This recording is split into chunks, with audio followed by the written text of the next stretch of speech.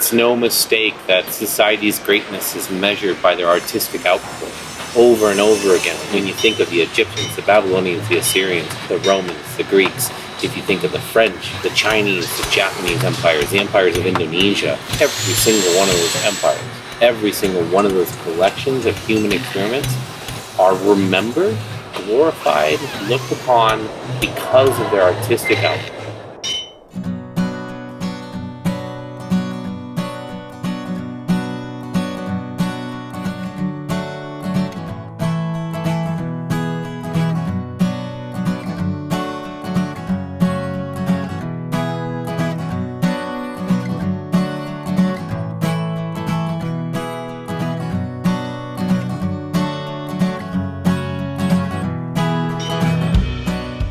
I didn't know what a makerspace was because I hadn't really been to one. Makerspace to me is a bunch of artists bringing their energy in.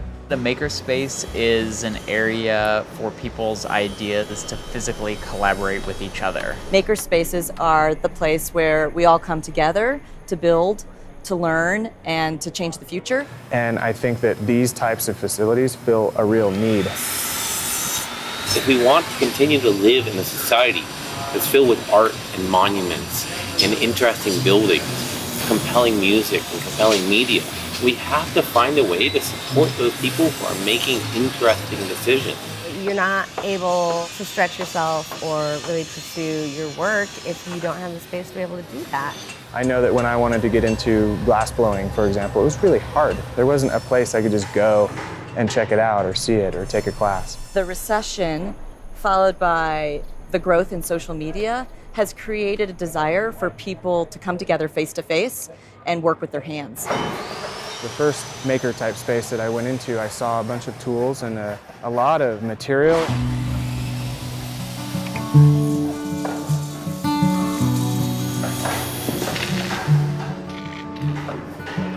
We're in a complex of about 150 artists, woodworkers, photographers, mask makers, a whole slew of artist ranges. And we get to collaborate, share our skills with the people around us. I've never met a maker who doesn't want to share their idea, because there's that pride in your creativity and your design, and that's what lends itself so well to teaching and learning. One of the great joys of doing any of this kind of work is giving people the gift of additional skills.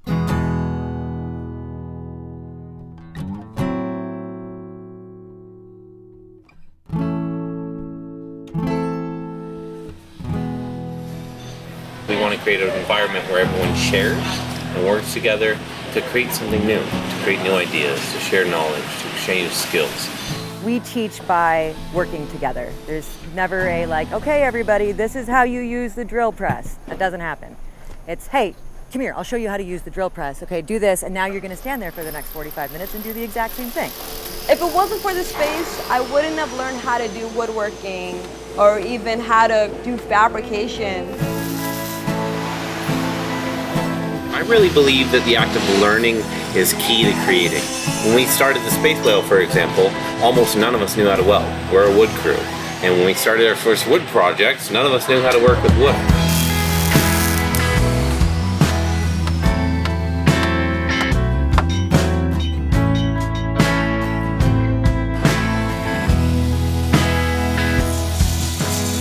We took the time and learned, like anyone, how to do the things that we do.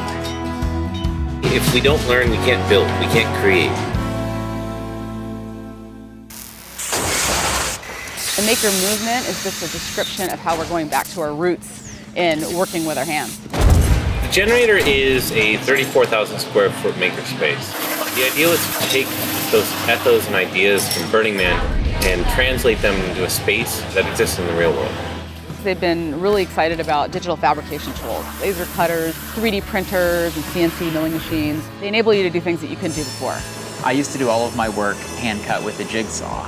Being able to translate my ideas and leverage technology just helped me take my design to that next level.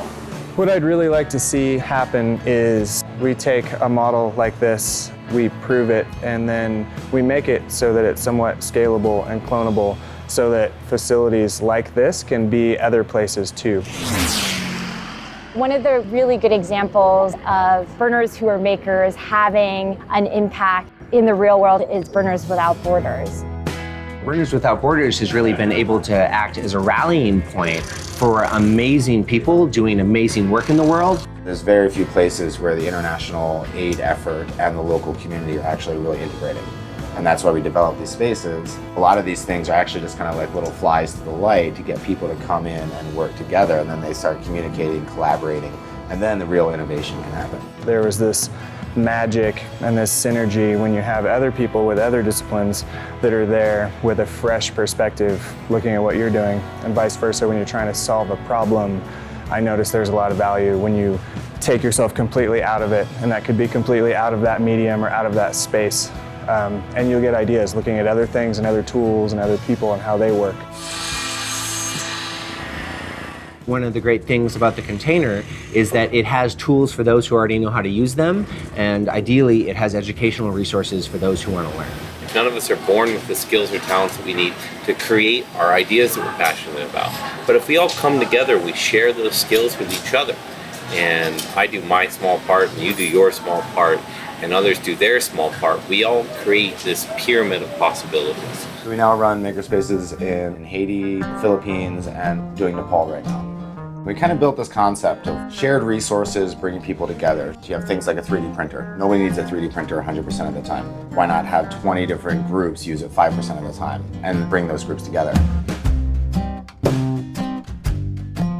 The art crawler is a pilot project to deploy this right into a domestic U.S. disaster zone. So I have a plasma cutter, 3-phase air compressor, welder, hydraulic press, 3D printers, laser cutter, router, a slew of hand tools, lots of drills, impact drivers, hand saws, skill saws, table saw.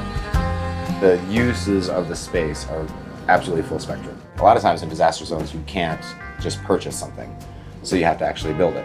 People can borrow tools, people can fix things for themselves, rapid prototyping.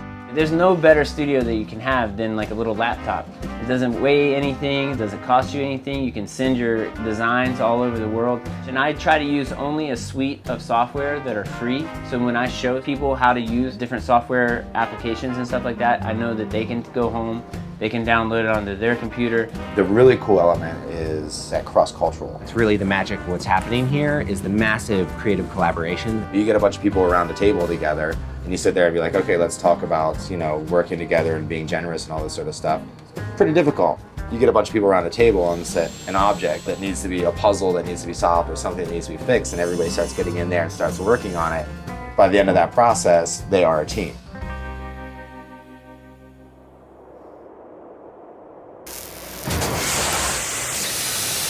That's really the seed of culture, the seed of knowledge, the seed of creativity that Burning Man brings. It's the first tree. As it pollinates other minds, those minds go out and create a new forest of ideas, a creative ecosystem. There's a pretty symbiotic type of relationship between Burning Man and maker type spaces everywhere, because you have an event now that you can count on everyone displaying the height of what they could put together.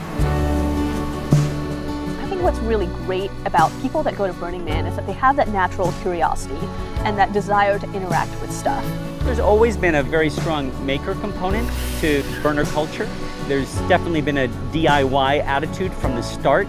The culture of Burning Man is all about creativity and problem solving. We're a duocracy, that's what we do, and now we're spreading that culture around the world. Burning Man is a community, there's also an organization. Burning Man Project is a nonprofit. We're often asked, what is our role in the maker movement? We were invited to the White House. The White House introduced us to other makers and manufacturers, and now we're connecting those people through our regional network. So most burners say, Burning Man changed my life.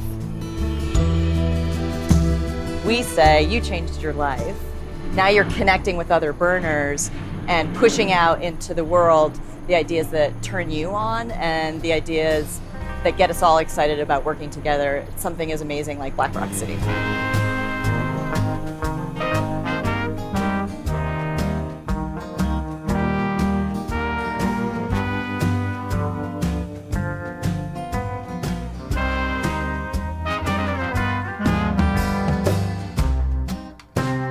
This is the piazza. Every single one of these makerspaces are places that you can go and do really cool things, make some art, meet some people, learn some things. We've got a school, we've got a blacksmith, we've got our dragon smelters, we've got a lot of things that you can do. A lot of the focus is hands-on. They're building drums, stamping coins, they have some glass blowing, they're making masks. People are just sort of coming in and getting exposed to lots of different ideas very quickly. If you light something creative in somebody else and just watch that take, flight, that's some neat stuff to see. They're trying to keep within that Renaissance theme and educate people here at Burning Man and just sort of, freely share the knowledge and keep some of these crafts alive. You're looking at people who've never had a chance to do this, and they're eating it up like metal sushi. They get so happy because they got someplace that they wanted to be for a long time, and they finally got there.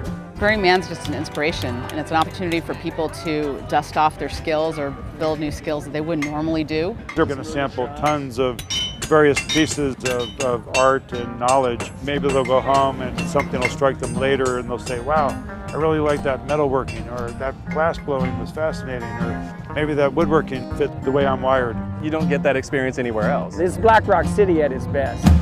You can learn things, and you can make things happen, and you can figure it out, and you can do it in an expressive, beautiful way. Burning Man is absolutely drawing people out of their shell, and really the layout of the city and everything about it encourages that. Burning Man is a great prototyping environment. It is the best place to pilot things for a refugee. None of us are from here. We're all placed here. We built an entire functioning city in the middle of the desert with no water, no electricity, no communications, nothing. Both at Burning Man and in a post-disaster context, you have those two definitions really coming together. We have people solving practical problems in a myriad of ways for 30 years now.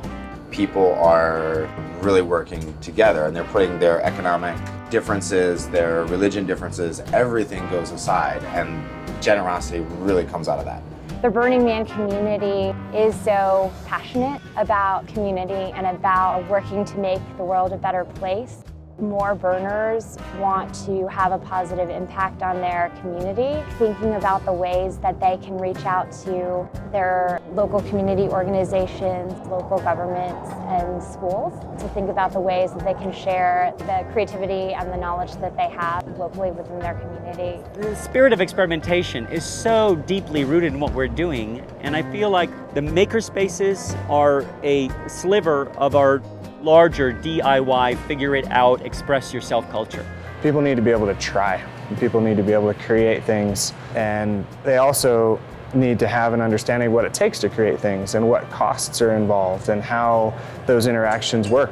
Our next phase and what's happening with all these maker spaces and co-working spaces and artist spaces and everything else is tightening our link in a way with civic responsibility and our place in cities around the world. And that means buying and acquiring buildings, spaces, properties to use for a multitude of purposes, for art making, collaborative workspaces, for people to innovate and create interesting products that express their passions and interest in life. I think it's always been how we express ourselves and create community and even create a temporary city.